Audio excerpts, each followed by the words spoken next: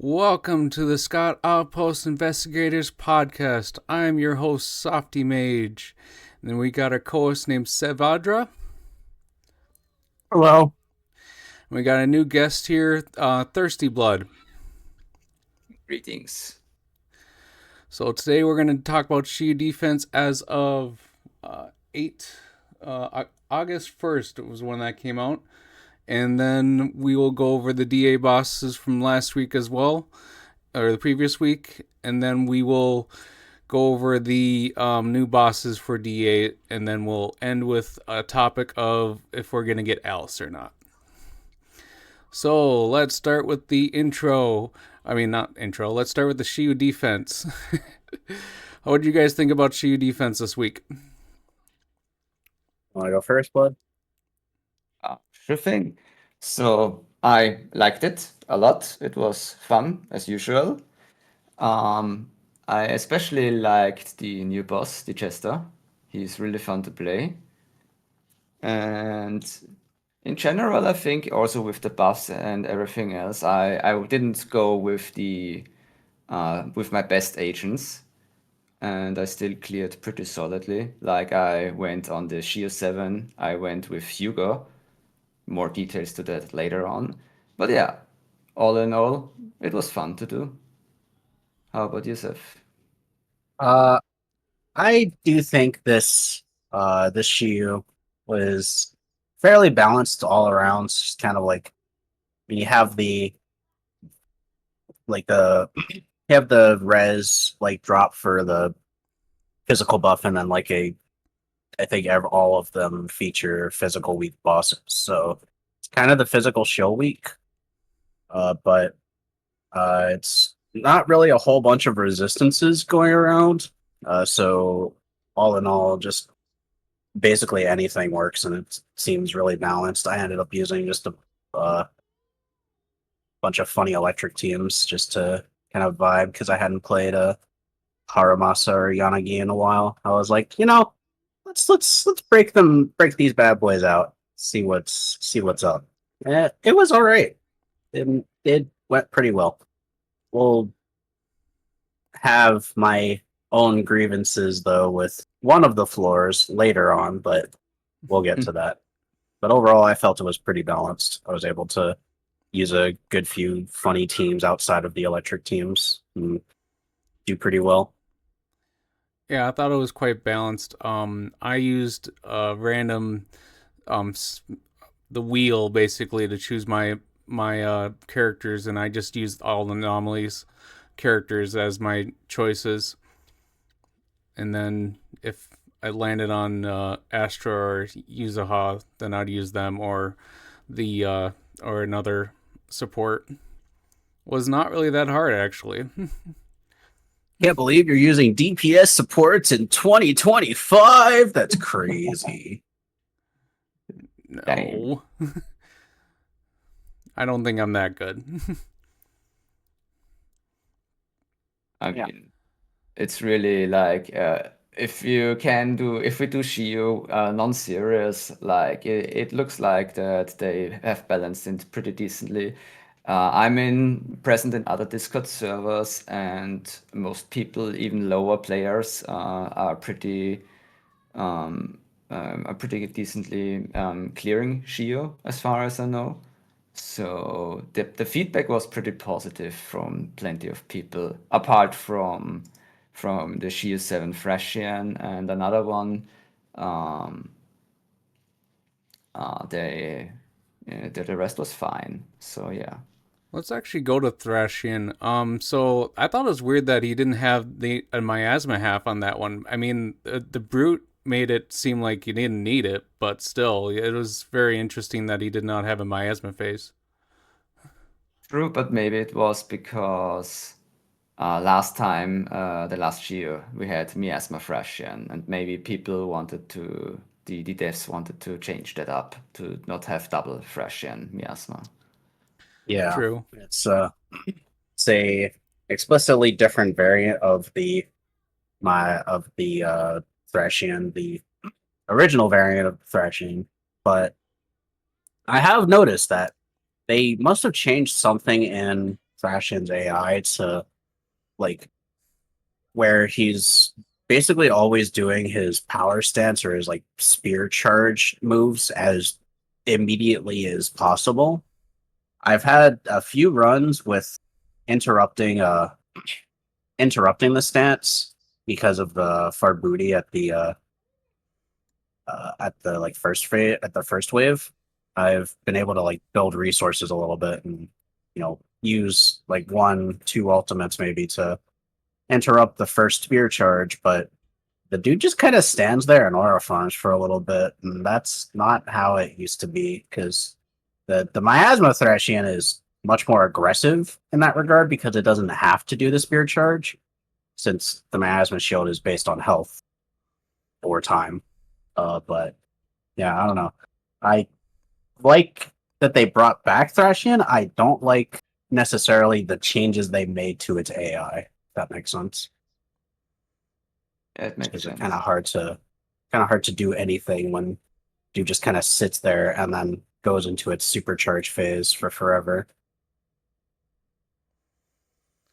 I do not like him slamming the spear into the ground, and you just have to like run away basically or dodge just right for the I mean, you can also explosion. use basic attacks or depending on your team, blocking, EX, ulting. There's a few options you can do. Ulting like on the right time.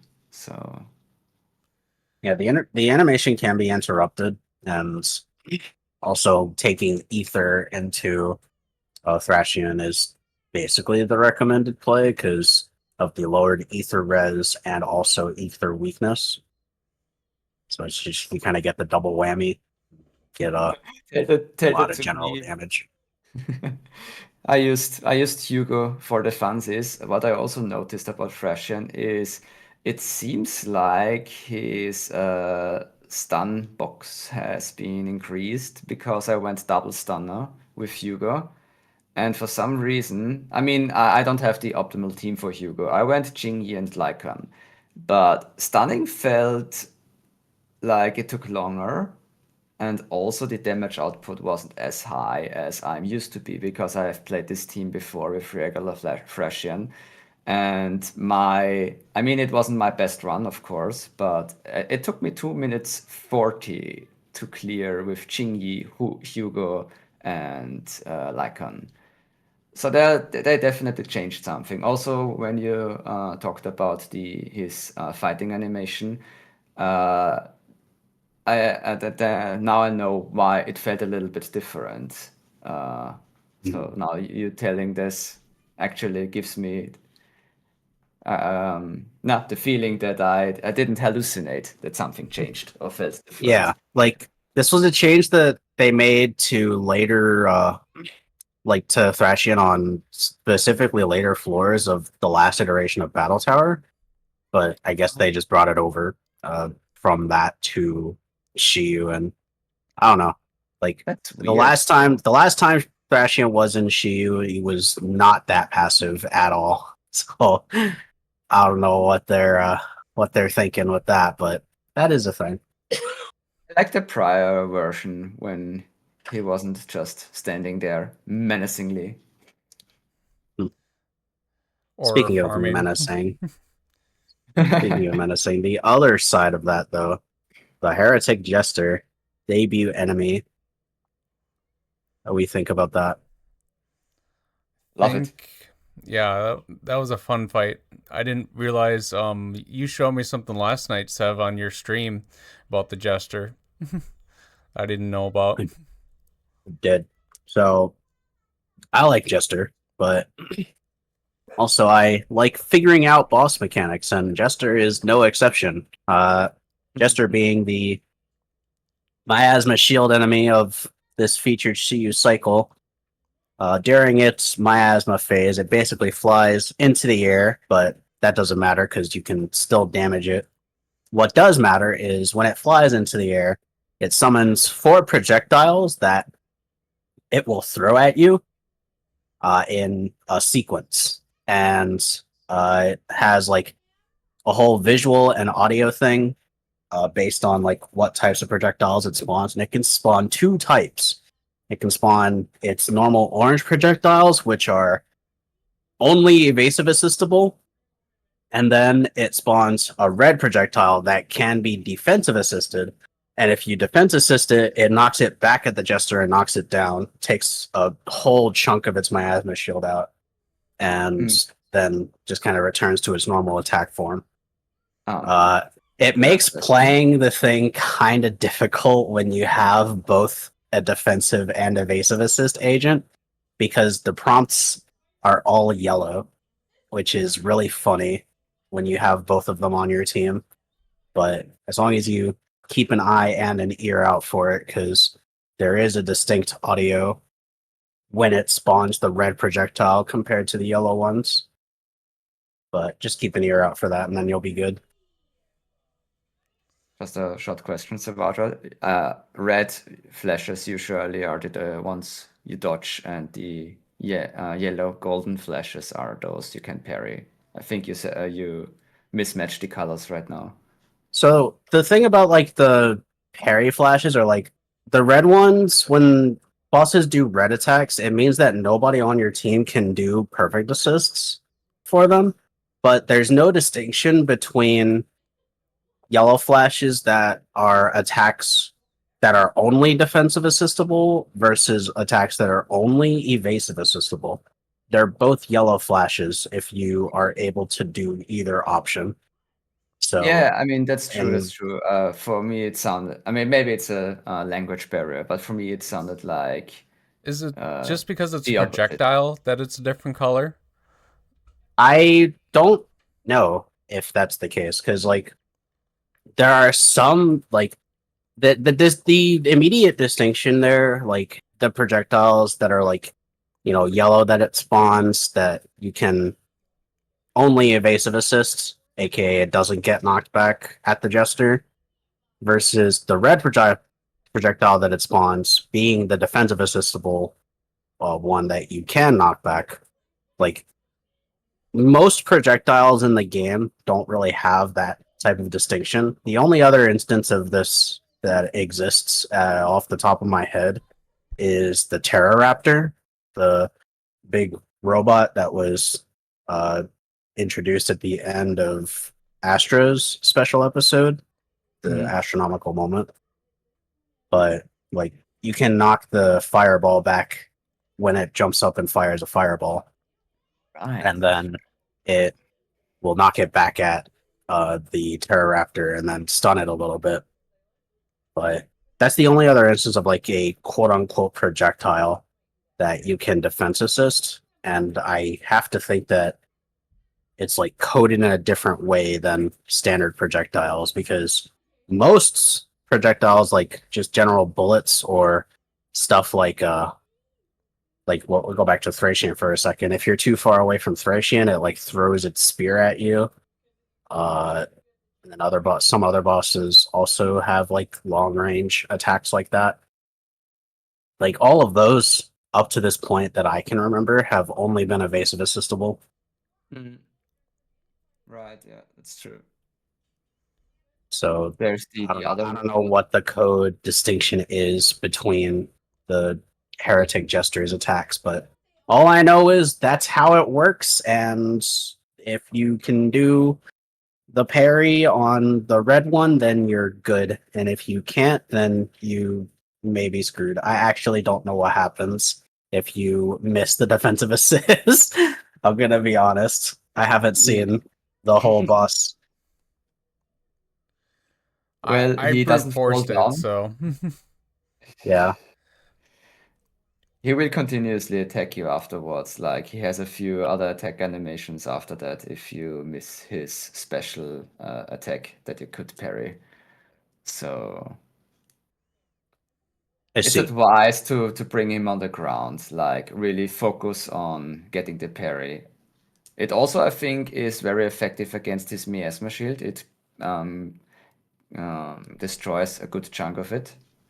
So it's definitely advised to focus on that parry specifically. Yeah.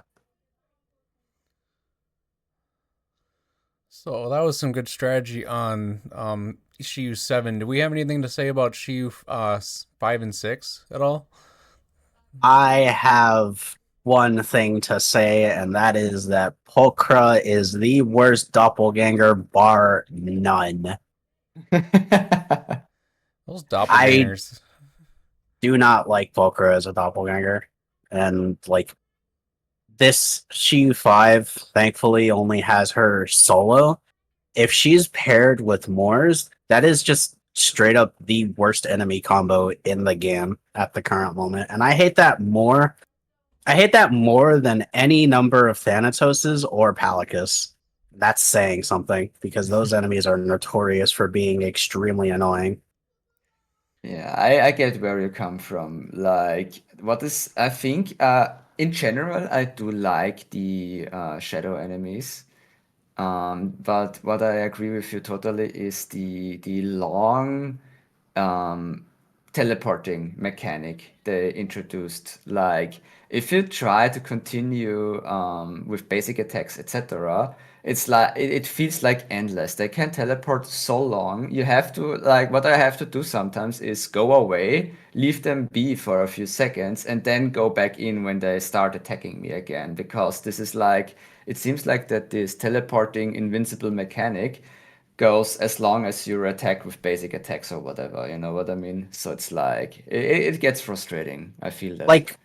Like at least with the priest, the Miasma Priest, what ends up happening in like a mechanic like that, where it has a like block stance and it like deflects all your projectiles and like negates all your damage and stuff. If you just walk away from the priest, it immediately ends that stance because it starts attacking again, right? Pulchra doesn't do that. Pulchra just like dabs her little potion or like whatever she does, and then she's just straight up invincible for 8 seconds unless you use an ultimate, and it's so dumb. Like Yeah. I hate that so much. It's such a dumb tie waster. Yeah, the Like Yeah, this is dodges. as a true. mechanic, Those dodges are annoying. Yeah, I I, agree on that one. but again, it could be worse because like Pulchra is both like very fairly passive and also has that, and then when paired with like Moors, I think just in general, all of the Vanquisher doppelgangers like have this kind of it's both genius and ingenious design because when like they're usually paired in twos between Bellum, Pulchra, and Moors, and when they're like usually paired in like some arrangement, they have like some amount of passiveness or some amount of aggressiveness. Bellum being the most aggressive of the bunch, but like Moors and Pulchra having their potential to be like kind of off, attack at like odd cycles and also have like their projectile attacks and such. Like they kind of have this rhythm that works really well as like coordinated enemy attacks to the point where fighting them feels really obnoxious to like get down because it kind of just feels like they're their own well-oiled unit. And I both love that in terms of design, and I also hate that because of because of how annoying it is. But I think it is good, even though if you hate it, but if you hate, love it at the same time. It's like, it shows that it's a pretty well designed thing. Also, I'm just reading the text of Pulchra right now.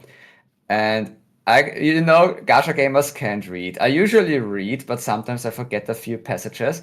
At the end of Purkra, it says they use unknown means to enhance their ability to dodge, allowing the dodging of all attacks from nearby targets. So I remember that on one of my sessions I played with Lucy, and for some reason she was in the dodge mechanic. I used EX then later on, and suddenly the attack hit it. I thought it was, and it shortened the animation. I was like, huh, interesting. Did I do So something it's right? so it's only So ranged attacks that it can seems penetrate like that. it. I can't confirm it right now, but I remember that I had this moment where I was like, she wasn't a dodge mechanic. Why did Lucy hit her? You know what I mean? I see. So that's a thing we should probably try and confirm in the future. That's interesting if that's true. Yeah, I honestly, because I don't ever look at the key enemy info, to be honest, for like lower Shiyu floors. So I didn't know that was there, but if that's gonna be there, then if it's gonna be doing all that stuff and that information is there, then that is worth taking a look at. Read your details. Yeah, read your details. Yes, really. Like I had a moment in time where I really read every enemy. I had more time in the past, but now I'm kind of busy, so I sometimes also don't read bosses.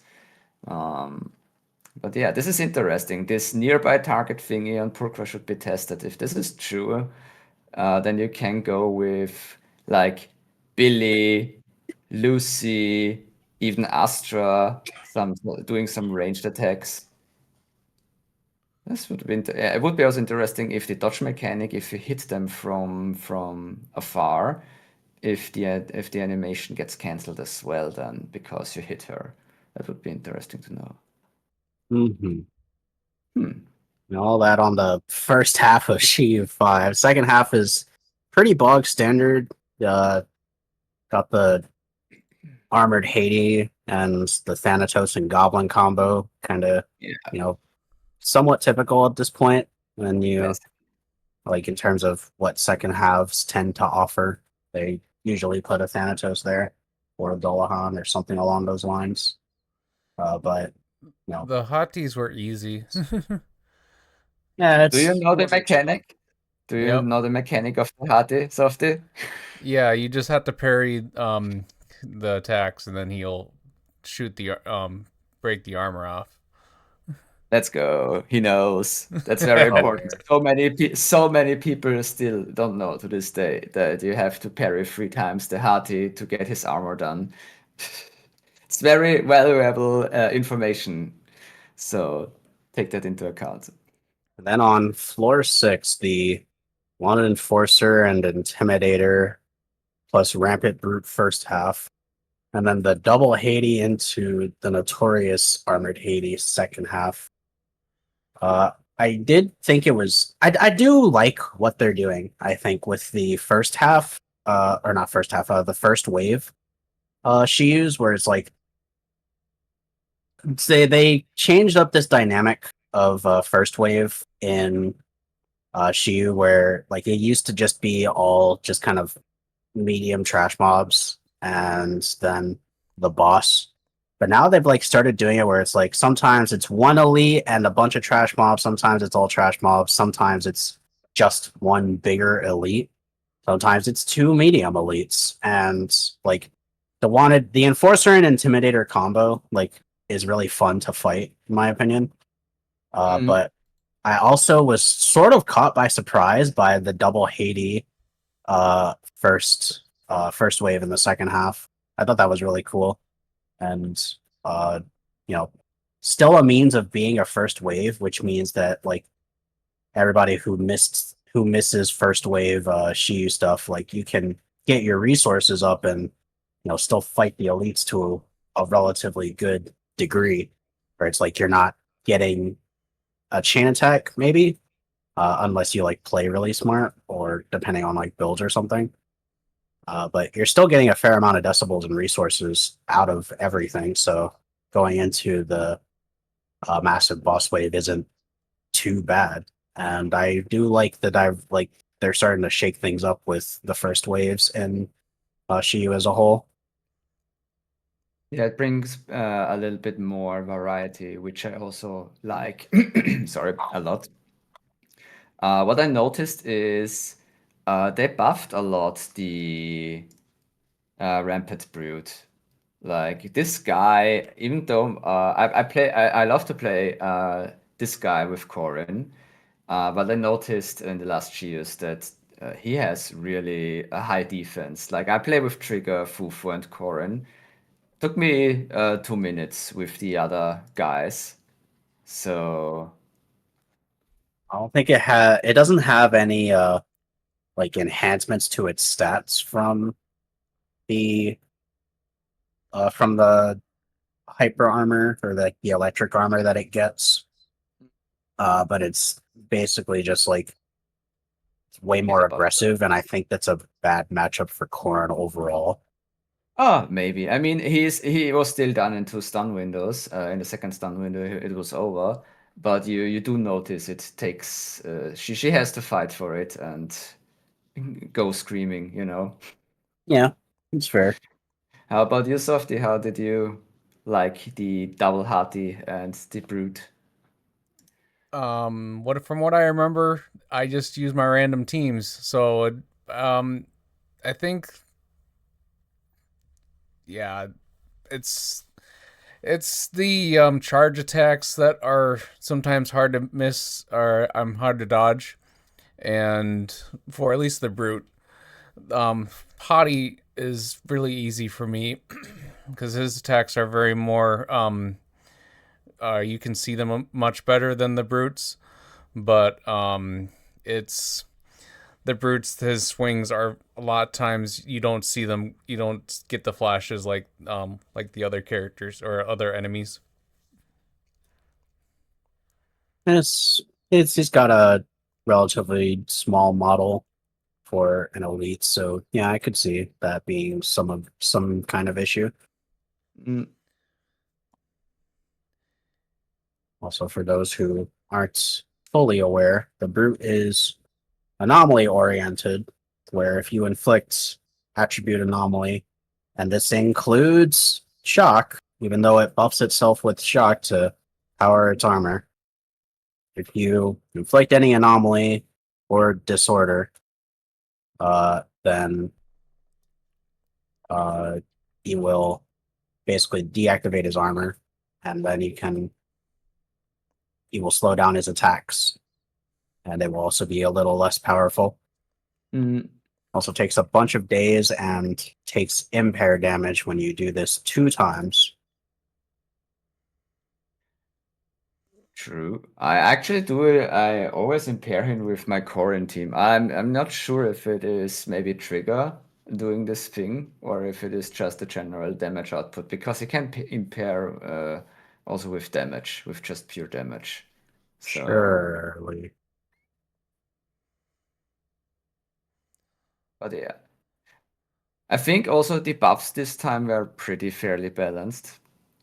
Yeah, For we had ether resistance and physical resistance drop, which can help especially for anomaly.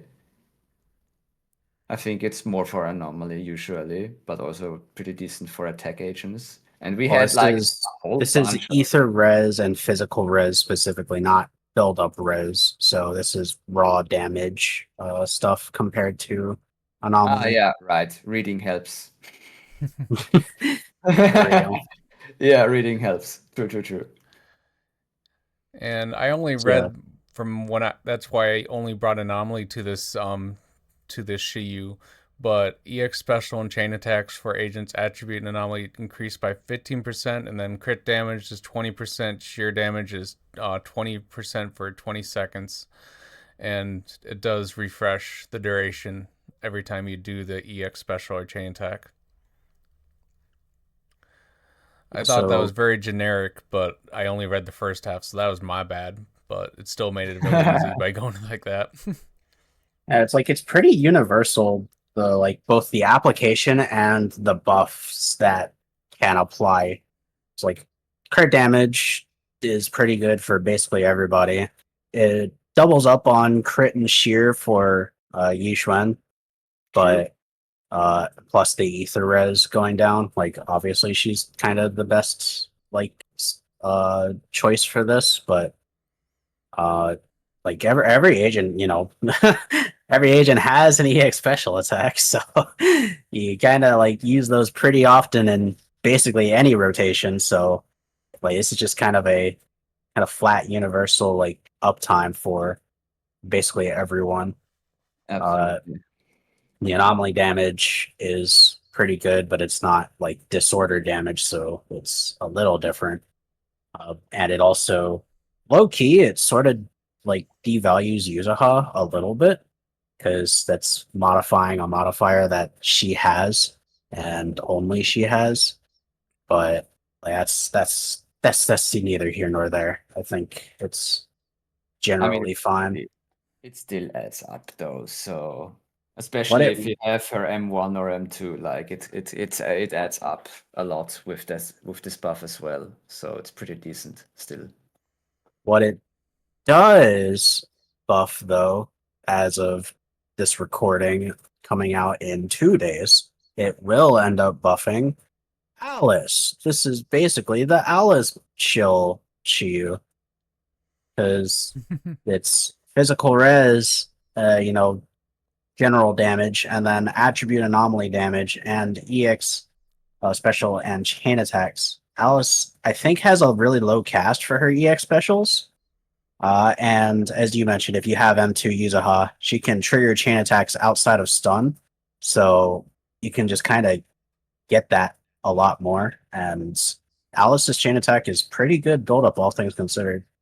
So, like, yeah, True. she's kind of going to wipe the floor with this Shiyu when she comes out. And if you're pulling her day one, you'll have like an entire week to kind of just mog everything.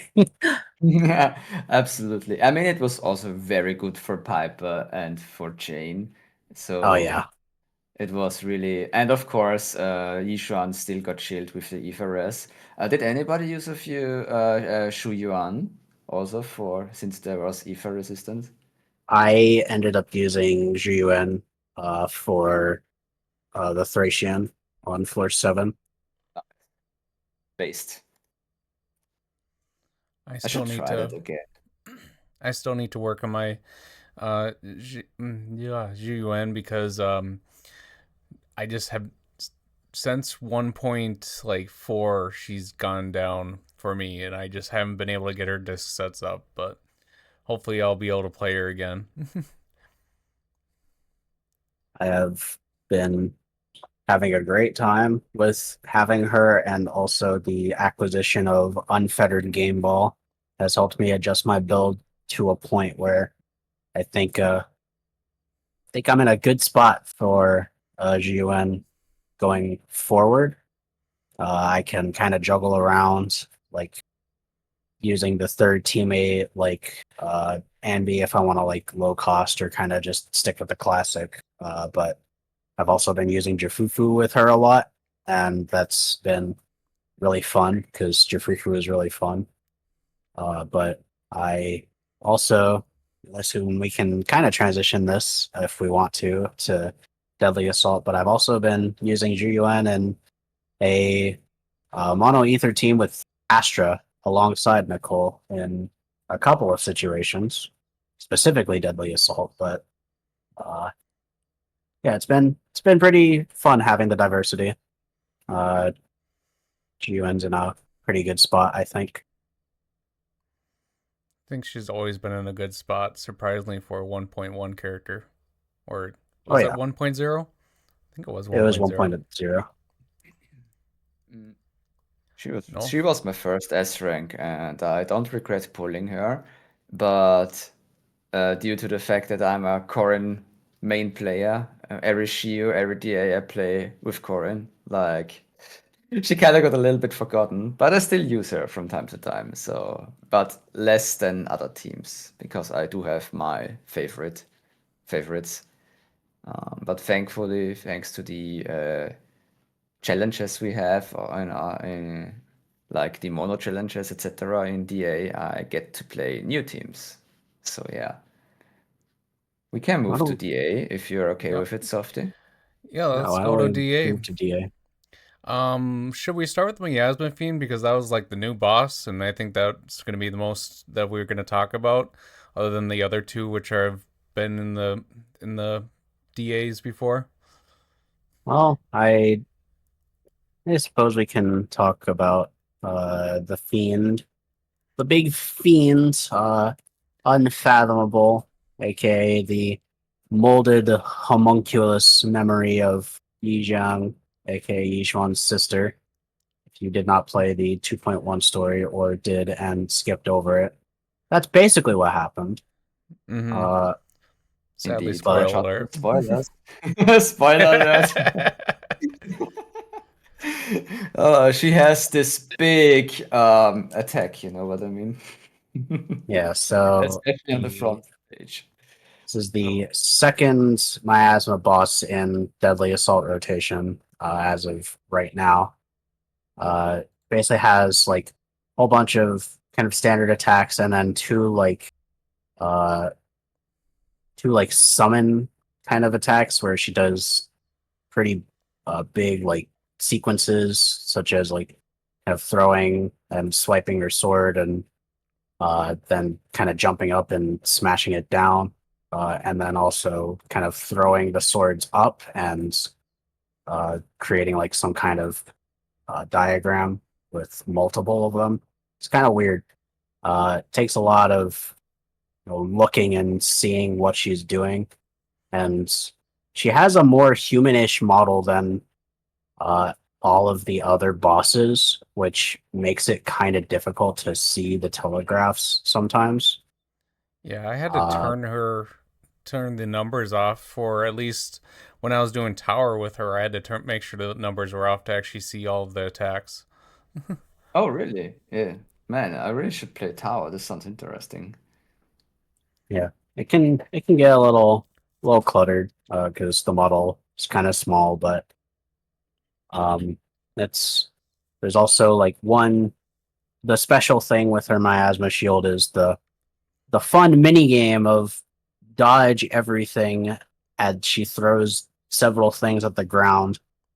She throws a bunch of spears that detonate miasma pools, and then she throws a big spear after those spears to kind of like I don't know detonate them further. I guess it's kind of hard to explain, but you basically dodge the miasma daggers, and then big circle appears under you. You center the circle, uh, so that it covers all of the miasma pools, and then a big sword comes and scoops it all up. If you don't remove those miasma field, or yeah, don't remove those fields, then she re-scoops them to be part of her miasma shield because it drains her miasma shield to use the attack. Mm. And then after three volleys of all of that, she does this giant big attack where you basically just run away from the center.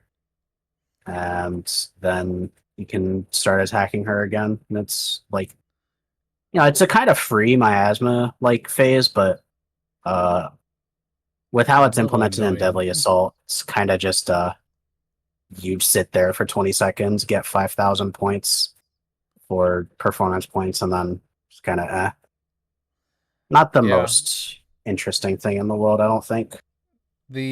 you do got to remember that you got to dodge the whole darts. So when she collects the darts back up from the circle, you can't run back right away, or else you might get hit by it, and then you'll lose those performance points that you get, or at least Yeah, some performance points. because it's the condition is like you can get hit by the daggers as they're first coming down, but as she's detonating the pools, you cannot get hit, or else you will not get the performance points in Deadly Assault, which is really interesting. But it's you know I would have thought if you got hit at all that it wasn't like that, but I mean I guess they have to have a little bit of leeway. I've had some runs where I've just kind of lost it to dodging just too early and not getting like the dodge animation, and then I just kind of get hit by one of the stray pools. Kind of blows. Does indeed. I mean, I do like it. It's a new thing, so I don't really have that much against it, you know. Uh, you can also leave the circle on the ground. I saw a few gimmicks people tried already, like the circle stays on the ground or when the miasma pools are on the ground. If you center them and then switch out your agent, the circle stays on ground and you can run away with the other agent and you still get all the points. So this Oh, is one really? of the things you can do. And also what you can do is with Yuzuha specifically, you can parry all of her attacks during the miasma pool throw phase. with her basic attack, and you get all the pulls. You also are able to um, parry with the base attack her big attack, which is quite an interesting thing to have in mind to It's a, use that one. it's a bit of time save because like you can just kind of stay there and then block the attack however long you need to, and then just Exactly. kind of be there immediately to attack as soon as she becomes tangible again. I'll have So to try that. user players are eating good, and it looks really nice. I saw a video who parried basically all the attacks during that phase. It looked pretty cool, honestly. I liked it. So it's a fun little game you can do. So people getting creative during this little phase. So that's why I like it a lot. It brings a little bit more change, even though yes, we do lose some points, and some pro players lose some points because they could in those 20 seconds they could do more than 20k points. But if we think about the general player base, the non-sweaty ones, they do get an advantage out of it because it's free performance points, like 5k if you make it, and it also drops a lot of the miasma, and they have a higher chance to clear DA with 3 stars. So most people who complained about this mechanic were those who sweat a lot, which is quite funny. So in my opinion, I like it. Like it's a little bit of a breath of fresh air. I never How really about thought you, of it that Softy? way. Yeah, how about you, Softy? Like in general, the Miasmic Fiend, what was your first impression, and which teams did you use like firsthand, and how did you find out some stuff? Did you pre-informed yourself about the boss mechanic, or did you just So I go in? first ran into this boss in tower, and I did not really know what to do until I got used to, or actually saw somebody else, like some other person's video on it, and I just paused it so to read um what the mini game was, because I couldn't read fast enough for it to tell me how to play. So that Yeah, was my troubles with it. that is kind of a weird implementation of it, like when getting used to it the first time.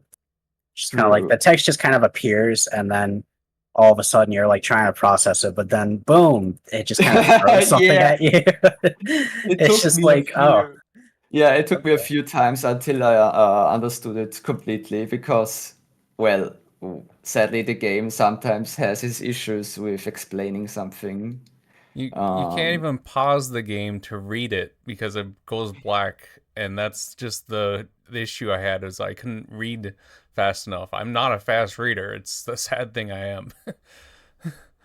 so, I think in terms of what they could have done to implement that better, they have those like things where it's like sometimes it'll just kind of interrupt the gameplay and then like put on a like text box thing on like the top right corner or whatever from Fairy or what have you. I think they could have done something like maybe like pause the game a little bit, just like put the text like on screen so that it could do its thing, or like do a little pop-up tutorial the first time that you play, and then like uh basically like do something like that when you come across it the first time, most likely in the story, if mm, not in the tower. But wasn't it like just having actually? like a one time type of like thing where it just kind of tells you, hey, this is how this works without pressuring you to not get hit at the same time, probably would have been better. Wasn't it in the story? It is in the story. Yeah, I think I that came the across it first in tutorial. the story. Yeah, I think that there was a tutorial in the story, if I remember correctly. I could be wrong, but they I, implement a lot of little tutorials now in the story, um, I which don't is believe it was like that, but I I'm honestly not don't sure. remember Yeah, because I don't remember it gave you clearly. And Yishuan, Alice, and Yuzaha in the final fight, and I'm just like, oh, you kind of just win with these. oh well, So yeah, but it my was nice. teams. I like. Sorry, continue. Oh, I was gonna say, you asked about my teams. I used Jane and Yuzaha, and then it was I think it was Vivian my first time around, and it was pretty easy boss because I just did the enemy weaknesses. And then I switched to Piper for our single mono element challenge, which you can find in our Discord in the Battle Hub Tower Discord, which we'll link in the description. Indeed. Yeah. My team for that, I've basically only played Jane, Piper, Yuzuha as well, which sounds a little counterintuitive, but is honestly actually a really fun team once you give it a try. I was impressed. I was impressed that you managed it so well. So yeah, the amount of assaults you can battery with that team is kind of nuts, and I really like that team. the assault machine gun, yeah. I went with Yuzuha, Jane, and Caesar, but I just maybe did like 5 to 10 tries before stopping and focusing on the other stuff. So I want to improve my points as well. But yeah, like mono element is quite funny, honestly. I didn't expect it to be to work this well, especially with Yuzuha. It makes it possible, even though you lose on the disorder buffs, but it works. So It's Well, pretty you cool. still have the disorder buffs. It's just that it's only a mono element. yeah, I mean it doesn't really work. So that's what I meant. You don't really generate Oh, you disorders with mean mono. disorder? Yes, sorry. I was thinking Yeah, the yeah, yeah. resistance element resistance. Oh yeah, I see, I see. In general, though, for the Miasmic Fiend, it does also is in the stage mechanic dictate that the attribute anomaly damage bonus is like a 8% stacking 6 times, so up to 48% extra anomaly damage bonus for every time you apply an anomaly. And then it also having all of those stacks by the time you get the miasma shield increases the speed at which the shield decays. So it makes it really short when you have 6 anomalies applied before the shield. And while that's not the hardest thing to do with crit agents, you basically get no benefit from the stage itself for having crit agents. So anomaly is generally the move. And because it's also physical and ether weak, it basically makes, you know, Piper Vivian, Jane Vivian, or soon Alice Vivian an exceptionally strong team. Yeah, their shield towards Miasmic Fiend. I played against Fiend with Corin, and I mean the highest wheelchair, the absolute wheelchair or gaming chair, how you call it, Savadra. I've done was Yuzuha and Astra and Corin. I got close to. I think I even got the 30k, so that's a thing. But the lower you go, like with just Astra or just Yuzuha, you do notice a drop of damage. I think I even went so far to use. Let me think. I think it was my usual double stun team: Trigger, Fufu, and Korin. And it was really hard and difficult to get the 20k off because of the buffs and the boss resistance, etc. So it's really not that easy. So it's a new physical boss, but it is really on shield on the anomaly side. So unless you want to have your own challenge, it is highly advised to use anomaly against this boss specifically. Hopefully, we will One get a physical boss in the future that is on crit damage. one final note is that it is fire resistant, which generally makes Burnice the worst anomaly option, but also means you will likely have a lot of trouble with any like fire DPS period.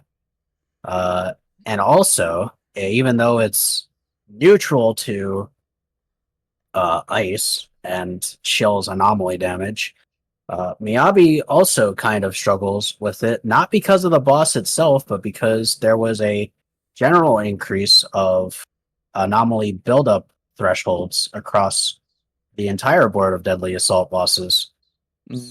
And the Miasma Fiend, and also with that, the other two bosses in this rotation, the Priest and Pompey, none of them can be frozen.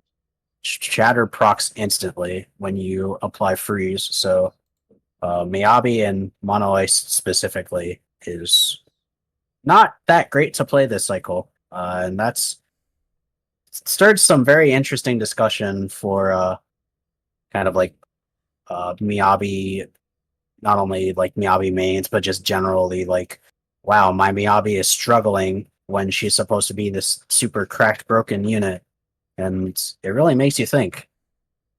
Miyabi's definitely strong, but yeah, I do like the fact that they made this a little bit harder for Miyabi players.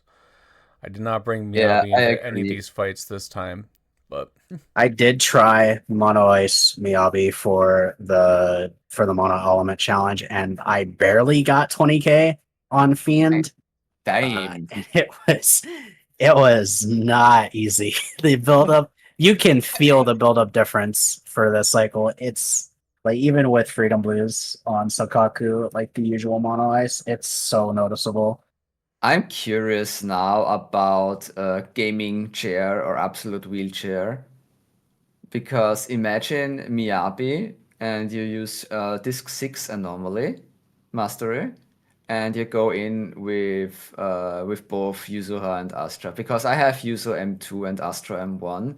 I think I have to try it. I wonder how many points I receive with that team. Because Miyabi then would be buffed really a lot, and also she also has the advantage with the anomaly damage bonus that stacks up.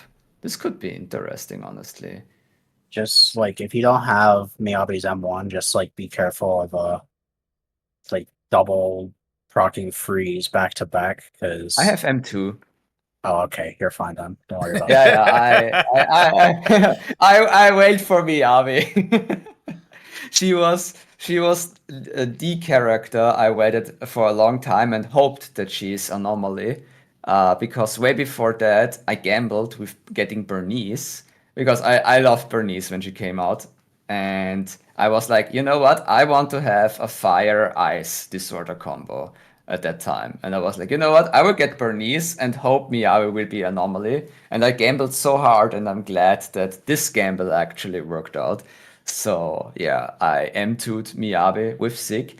What I should do is I should focus a little bit on Burnice and maybe in the future get her weapon and her M1 because she still has no Sig and she also has not her. She's also M0. So I kinda, even though I like the character, I never really invested more into Burnice. oh, I'm So so I'm happy judging I you. invested in mine. I got the As SIG. the rank 4 crit Burnice as told by Internaut Network, I'm judging you greatly. I am sorry. Hey, I showed you my crit list today, okay? I hope you're proud at least on that one. Okay? You did. I mean, think we'd be I am. 170% more crit damage on Burnice. This is beautiful. we'd That's be quite a more lot, yeah. impressed if you got the Miyabi SIG. Or do Yeah, we I don't not have talk Miyabi about Sig that? either. That's a pass. I am scrounging together as much as I can for Miyabi Sig so I can actually test if it's better for Crit Burnice. Because I'm not a believer. I'm gonna say it. I'm not a believer. So But I that's a have discussion for another day. crit niece on Miyabi Sig because I don't have her signature. And I think, I mean, I don't know how much lighter does, A lot. like my Lighter does a my my lot. my my current best score was I think 33 or 35k with Critnis, Fufu, and Lucy. Fufu is M1 on my side with signature. Burnice is on. I tried a few disc sets, and I think I'm currently stuck on the. And this is what I have from Nuts, a very based player. I used 4-piece blade and branch and blade to receive 46% crit damage more because also Burnice is one of those characters that have over 115 anomaly mastery points, so it activates the branch and blade discs extra crit damage. That's how I received so much crit damage on the Burnice. I'm not sure if this is ideal, but it does do a lot of damage, and it was my first try. I I do wanted, I do yeah, feel like with having Jafufu and like her 50% crit damage in her core and 30% from King of the Summit, uh, plus Miyabi Sig, which is another 50%. Like you did say you got to 170 in combat. That's like uh, it's a lot, but I also am not sure how much better going for more attack in that case would be then yeah. as a trade off. Yeah, I tried a few things, and what I did now is to go the DPS fufu route, and without the summit disc set, so it's like just 130 crit damage, and I think this is a little bit better. I still have to try. I will also try 4-piece Hormone Punk instead of the Branch and Blade before, because this one also works pretty fine, and I have better discs than on Branch and Blade. Sadly, I don't have a good fire set. I never farmed it, so I can't use that one with the 28% crit rate when burning I the have enemy. I have personally found that to be the set of all time. With Probably, yeah. especially because like now I've been using a Burnice lighter Yuzaha as like my main Burnice team, but for the mono challenge I did use Burnice lighter Jafufu. Uh, but with Yuzaha's added buildup, uh, getting 100% uptime on Inferno Metal is it's really good, in my opinion. Quick, quick question before we go back to the DA bosses. Your Jufufu is on what now for when you're with lighter, Sev? So when they're with lighter in my mono element run, I did that team on Pompey with lighter and Jafufu both on the team. King of the Summit was on lighter because he has a lower energy threshold for casting EX. And Jafufu, I kind of just tossed around between being on 4-piece swing and 4-piece shadow harmony as like a sub DPS, and I got better results with the shadow harmony. So uh, that was pretty cool. I did also try like keeping King of the Summit on Jafufu to have like Shockstar Disco on later for slightly faster stuns. But I ended up just getting the best result that I did with Summit King on lighter and Shadow Harmony on Jafufu. Yeah, that's I didn't do Shadow Harmony. I did Swing Jazz, but that's my normal team is lighter, lighter Evelyn, and Jufufu is what I've been using as my mono fire team, and that's how I Yeah, play. I could see how Swing is good for Evelyn because even though lighter is there, uh, there's a significantly lower amount of generic damage bonuses when compared to like Evelyn and her Sig versus Burnice and Burnice Sig. Uh, there's like the my Burnice Sig gives me like 40% extra generic damage. So the swing jazz like buff is kind of diminished a lot because I'm already over like 130% in combat when taking into account uh, Bernie Sig and Inferno Metal and Lighter's buff and Jafufu Sig. Mm. It might be that Jufufu on Swing Jazz it might be the better one because you get so much crit damage that you might lose some. I mean, depending on, of course, the team you have, but you might lose some on the attack buffs. And it's good to have like both of them really high. For me, for instance, I think I get like 1200 attack up on Burnice, and she is on 2,600, but she gets 170 crit damage with everything else. So I might lower the crit damage amount and go a little bit higher on the attack. So I will see how this Yeah, will attack go. and generic damage bonuses would be good in that case. Probably because Pompey also gives 40% crit damage if you do a defense assist or a chain attack. So Shufufu is the best agent against Pompey, honestly, because she immediately gives you all the stuff you need from his weakening state, which is really funny.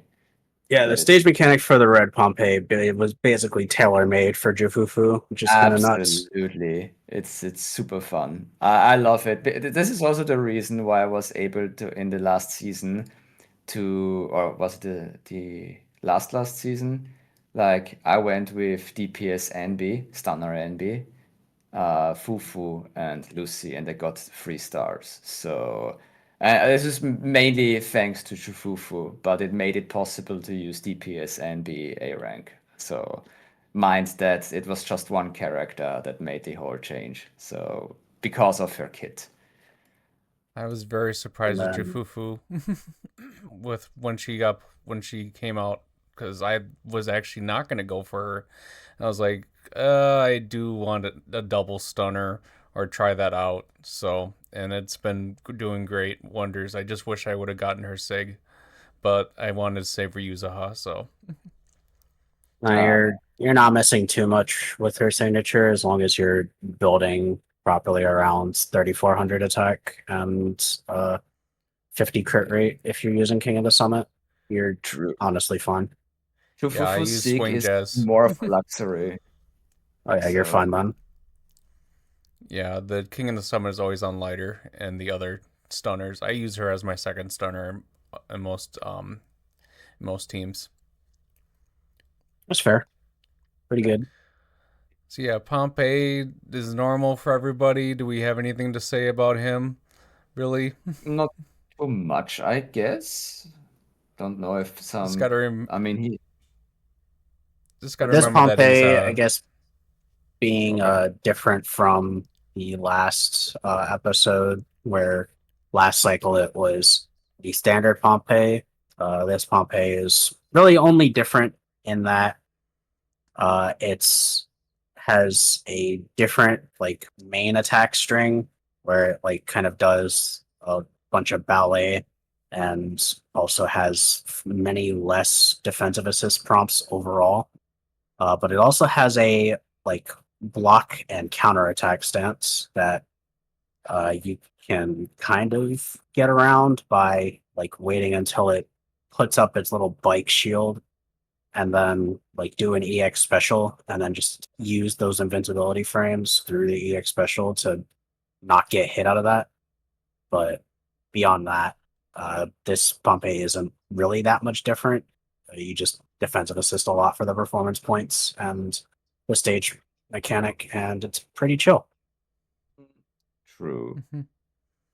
This DA was a little bit, I think, more difficult for other people, though, for other players and proxies. Especially, it was a combination of Miasma Priest and Miasma Fiend. So, Softy, how did you feel it, or was it no issue for you on your I thought it side when? was this was been one of my higher scores DAs because I think I reached 130. Yeah, I'd have to double check what I got. Nice. Yeah, this Uh, despite the HP increase on Priest, there like this has felt like a relatively kind of smooth Deadly Assault, although I've also only been playing this Deadly Assault from the perspective of the Mono Element Challenge. So I kind Ah, of I see.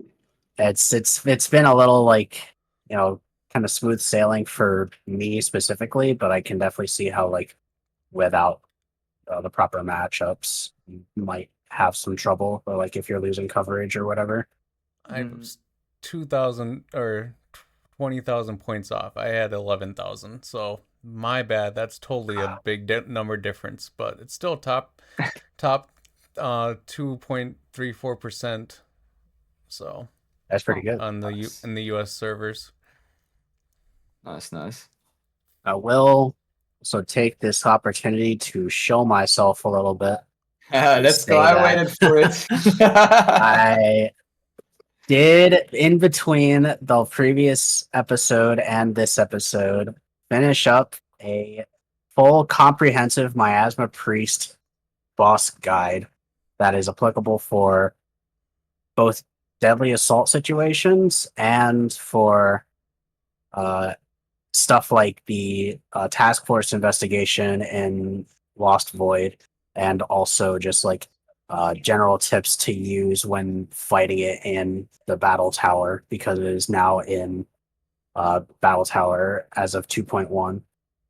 So it's pretty cool. I worked hard on the guide and also spent a lot of time with dealing with problems that made making the guide really difficult. But yeah, if you need help with the Miasma Priest at all, there is a video on that. Most definitely. You don't have to link it in the description if you don't want to, Softy. It's okay. I could still link it. It's not like it's gonna hurt anything. It's probably gonna help you in general. It But yeah. probably will help also other people. It's very detailed. It has a lot of knowledge, and even I, a regular player who has quite a broad knowledge about the game itself. Even I learned, I think, one or two things from Sevatra during this, just to do my daily Sevatra glazing. So, I think so yeah, it's really good, honestly, to have this detailed package. the Yeah, I'm really happy mechanics with how it explained came out. the mechanics explained the way they did made me appreciate the boss much more, because I didn't really realize the circle summoning, like each one of those meanings. But you can find out more of that in the video. Yeah, I agree on that one. So if you're interested, and if Soft is kind enough to link it, watch the video. It is a really good one and makes you maybe love the Miasma Priest instead of hating it. Yeah, I agree that it made me like the boss more after watching that. I actually appreciate the details that the devs put into this game, because I I like looking at the bosses and like figuring them out, but like I didn't really appreciate the depth of like the sound design, or like the kind of model design and like tells and whatnot that was all there until I started doing the guide, and I'm like, huh, these bosses are really well designed for having all their unique mechanics kind of listed out in you know different subtle ways that people may not pick up on, and that's really cool. True. Shout out to the devs. Devs are cool. Yeah, absolutely. The only complaint I have, but this is just a me thing, is about the Miasmic Fiend. For some reason, every time she screams during battle, I really don't like it a lot. So I mean, they did a good job, because usually those voices are meant to be not likable. But man, every time she makes her pain screams, it's like, please stop. You know what I mean? For me, it's like, oh man, Yeah, maybe it's just mine me thing. actually. The If we're gonna go to sound details, I do not like the Jester's like little beep beeps. That was What? annoying. Really? The Jester is the best one. Oh no. Okay. Interesting. Interesting. So it's just the beep beeps or his laughing also, or Oh, it's just the beep beeps. That's the only thing I hate about Jester. I like the laughs, but not the beep beeps. interesting. I love his snapping. This is like Oh, those snapping SFX, like this is so satisfying when he snips and suddenly turns invisible and then attacks you out of the shadows. This is my favorite attack about the Chester, if we go that way also. So the main reason why I got Evelyn was the snaps. man, yeah, I didn't pull her. I don't know. I didn't like her. I don't like her fighting style. for some reason. All right. Well, we are at the 1 hour and 9 minute mark. This is a podcast after edit. We forgot to say the DA bosses for next week, which is August 8th, this Friday coming up. The 3 bosses for the DA are the Miasmic Fiend again, the Notorious Dead End Butcher, and the Notorious Marionette. So if you have any, if you want to check out the link below for the DA bosses, it gives a full description of each one, and you can read up before the next DA boss release. Now back to the regular podcast. But I do want to go right now to Alice, because that she has just about come up, and just end with that. Are you guys planning on getting Alice at all? I wish I could justify getting Alice, but I am unfortunately going to be skipping. I'm skipping. Like, I have so many physical agents. Like, I think my whole team, the only physical agent I don't have is Billy. I mean, I have him. He's M6 and level 30. But I never really invested him more. But I have everything else. And I'm using Piper, I'm using Jane. I don't need a third anomaly, a physical anomaly agent. Even though she's cute and funny in her asymmetrical way, it reminds me of Soul Eater. Thanks for Nemroider for saying that. Yeah, no, I'm skipping her because my next goal is actually Orpheus.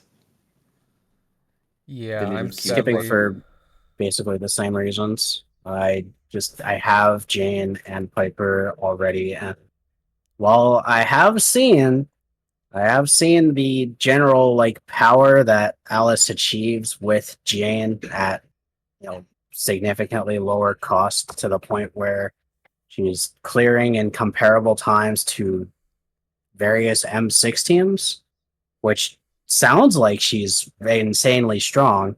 But one, I don't think that's going to hold up because the content is currently favored towards Alice. And two, I don't have the hold reserve. I'm still kind of just low spend enough to the point where I'm kind of just out of pulls right now, and I need at least one banner to like save because I have other priorities. Yeah. I am Also sadly Jane. on this same boat for saving. I'd rather save and not get Alice. Sorry for those people who love Alice, but we are not one of them, I guess. I I will mean, likely have some opportunity to try and play Alice with some other people, but I'm not pulling her myself. yeah, I mean, Alice is good and really good if you don't have any physical anomaly agent or don't like to play Piper. So it's definitely advised if you want to fill up the physical anomaly pool to get her, if you also like her playstyle. Definitely worth it. The thing Seth mentioned is, I think it is currently the M2. You need M2 chain and Alice with, I think, signature weapon to make this OP thing happen. And Chain already had her rerun as well. So if you didn't got Chain during that time, you probably have to wait for a long, long time, and then you have to M2 chain for that one. And until that, there might be already other new agents that might be better, or depends on. So it's you have to invest in it, and not many people usually go for M2. There's not that many. So be wise when pulling, and for those who pull Alice, I wish you the best of luck. May the Gasha gods be with you. Best of luck, y'all. Best of luck. With that, we will go to the outro for this podcast and end it here. Sev, you want to outro yourself? Sure. I stream on Twitch mostly. at twitch.tv/Savadra. But as prior mentioned, I did make the Miasmic Priest guide that I did, and I want to make more guides in general, but also just upload more on YouTube overall. So I do have a channel and it exists, and you can watch it and maybe follow and subscribe and all that cool stuff that YouTubers and streamers like to tell you to do. But I won't, because I'm not your father. Subscribe to this wonderful guy. Do it, and also subscribe to Soft Image. It is mandatory now. Yeah. Thirsty, where can we find you? Well, while my Discord name is Thirsty Blood, my YouTube channel is actually called Random Blood Gaming. You can find me there. I do a mix of Corrin runs, other teams, and also sometimes guides, also for the future. Mainly though Corrin runs. And I'm also one of the people who cares for CCC PvP. So if you are willing to join the Battle Hub, we have plenty of people who play PvP in our server. It's the official EN community server, which is also supported by Kete and many other content creators. So if you want to join and get a feel for that, feel free to do so. And as said before, subscribe to Savadra and Softy. Yeah, I was about to say myself, I am a DA runner. I do DA runs with a sound twist or some kind of twist in them in general.